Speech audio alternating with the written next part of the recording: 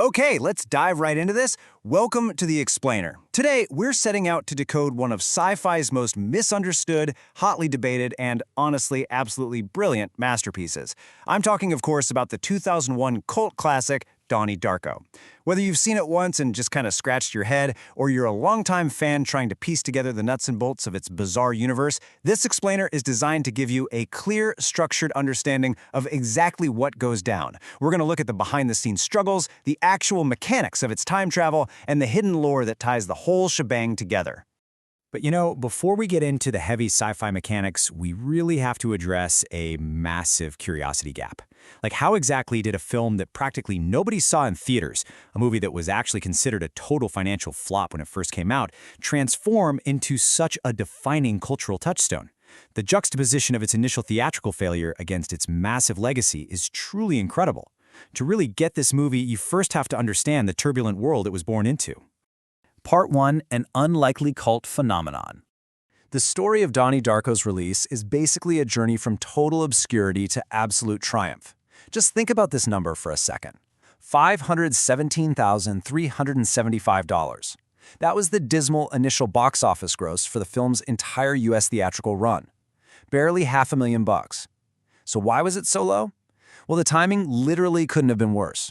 The film premiered at the Sundance Film Festival in early 2001, but its wide release wasn't until late October of that year. Keep in mind, this was scarcely a month and a half after the September 11th attacks. The movie's plot heavily features a crashing jet engine, and the original theatrical trailer prominently displayed a plunging aircraft. Because of that deeply traumatizing chapter in history, the film was barely advertised at all. The public mood was incredibly bleak, and audiences just weren't ready for a dark, apocalyptic story. But then, we see this staggering turnaround. $10 million. That is what the movie eventually pulled in just from U.S. home video sales alone. Once the film hit DVD in March 2002, word of mouth spread like wildfire. It became a massive runaway hit. In fact, the Pioneer Theater in New York City started running midnight screenings of Donnie Darko, and get this, it played there for an unbelievable 28 consecutive months. The movie completely recouped its budget and locked in a massive, fiercely devoted fan base all over the world. Part 2, 28 Days to the Apocalypse. So, what was the story that eventually captivated all these fans? We need to break down the plot and really anchor ourselves to the strict countdown that drives this super bizarre narrative. Let's walk through the timeline together. The film is firmly set in the Reagan era of 1988. On day 1, which is October 2nd, a troubled teenager named Donnie is led outside by a mysterious voice. He meets Frank, a pretty terrifying figure in a monstrous rabbit costume. Frank tells Donnie the world will end in precisely 28 days. By sleepwalking, Donnie inadvertently escapes death because a completely mysterious jet engine inexplicably crashes right into his empty bedroom, and FAA investigators have zero idea where it came from. As the countdown ticks on, we hit day 14, where Frank's influence pushes Donnie to flood his high school. And this leads us all the way to day 28, October 30th, the night of a fateful Halloween party where a literal vortex forms over Donnie's house. That 28-day structure, it's not just a clever plot device, it's the absolute framework holding the entire story together. Part 3, Making a Mad World. To fully appreciate how that timeline plays out on screen, we have to take a look behind the scenes. The architect of this world was Richard Kelly, who was incredibly just 22 years old and fresh out of film school when he conceptualized the story. Now, Kelly insisted on directing his own script, which unsurprisingly led to widespread rejection in Hollywood. That is, until Drew Barrymore's company, Flower Films, stepped in with a bare minimum budget of $4.5 million. But here is the most fascinating detail. Kelly wrote the script in exactly 28 days. And when it came time to film in the summer of 2000, you guessed it, it was shot in exactly 28 days. The production cycle perfectly mirrors the film's own apocalyptic countdown. It's also a brilliant example of how budget constraints force creative choices. For instance, the costume designer didn't have enough money to dress all the extras in authentic 1980s clothing, so she pitched using school uniforms instead. Kelly loved it, realizing it perfectly fit the film's themes of challenging conformity. There's also this amazing story from before the film was even greenlit. Kelly was taking meetings all over Hollywood trying to secure funding, and he actually landed a sit-down with the legendary director Francis Ford Coppola. Coppola read the script, slid the binder across the table, and pointed to a specific line spoken by one of the teachers in the film. The line was basically about how kids have to figure everything out themselves because their parents don't have a clue. Coppola looked right at Kelly and said, "That's what your whole movie's about right there." Having a heavyweight like Coppola point that out really helped legitimize the young, unproven director's vision in the eyes of the industry.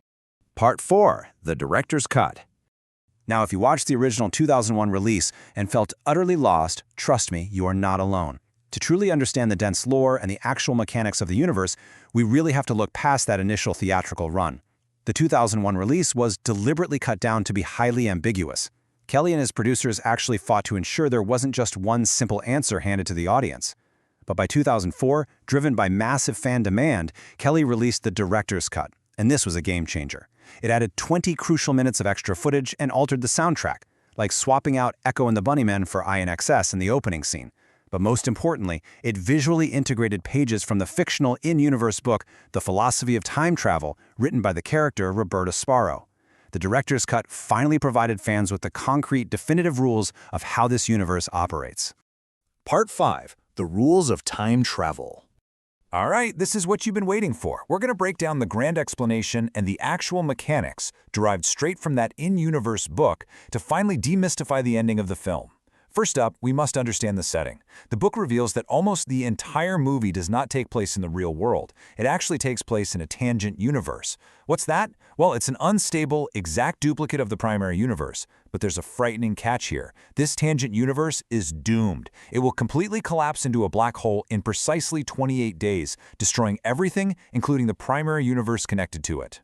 So, why did this tangent universe even form in the first place? Well, it happens because of an artifact. The rules state that an artifact is an extra metal object that inexplicably appears in this alternate reality. In Donnie's case, the artifact is that mysterious jet engine that crashes into his bedroom on October 2nd. The engine isn't just random debris from a Boeing 747, it is quite literally a glitch in reality. It's the catalyst that absolutely must be sent back to the primary universe in order to close the wormhole and prevent total destruction. So the crucial point here is who actually sends it back? And that brings us to Donnie's true role. He is the living receiver. He isn't just some teenager suffering from daylight hallucinations or paranoid schizophrenia like his therapist believes. No, the universe has literally chosen him. It's granted him superhuman abilities, things like elemental powers, incredible physical strength, and foresight, all so he can successfully return the artifact. He is supernaturally tasked with saving reality itself. No pressure, right? But here's the thing. The universe doesn't just leave all of this up to chance. It orchestrates a highly specific chain of events. Let's break this down step by step. First, the people who die within the tangent universe, like Frank and Donnie's girlfriend Gretchen, they become what's known as the manipulated dead. Because they're dead, they gain this elevated awareness and the ability to travel through time. Step 2. They use this new power to support Donnie in highly unnatural ways, setting up a domino-like chain of events. And finally, step 3. They set an insurance trap. This is the ultimate aha moment of the whole film.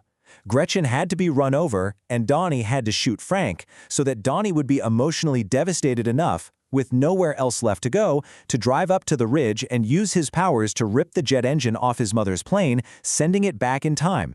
The insurance trap leaves the receiver with absolutely zero choice but to save the primary universe. All of which leaves us with a truly mind-bending conclusion to ponder. Think about it. If all the people around Donnie, the manipulated living and the manipulated dead, were meticulously positioned by the mechanics of the universe to set an unavoidable trap, did Donnie ever truly have free will? Or was his ultimate sacrifice totally predestined from the exact moment that jet engine fell? It is a deeply provocative question that kind of changes everything about how you view the story. I highly encourage you to go rewatch Donnie Darko with these newly learned rules in mind. You'll see the 28-day countdown, the terrifying rabbit suit, and that deeply tragic ending in a completely new, incredibly focused light. Thanks so much for joining me on this explainer, and remember, keep questioning the universe around you.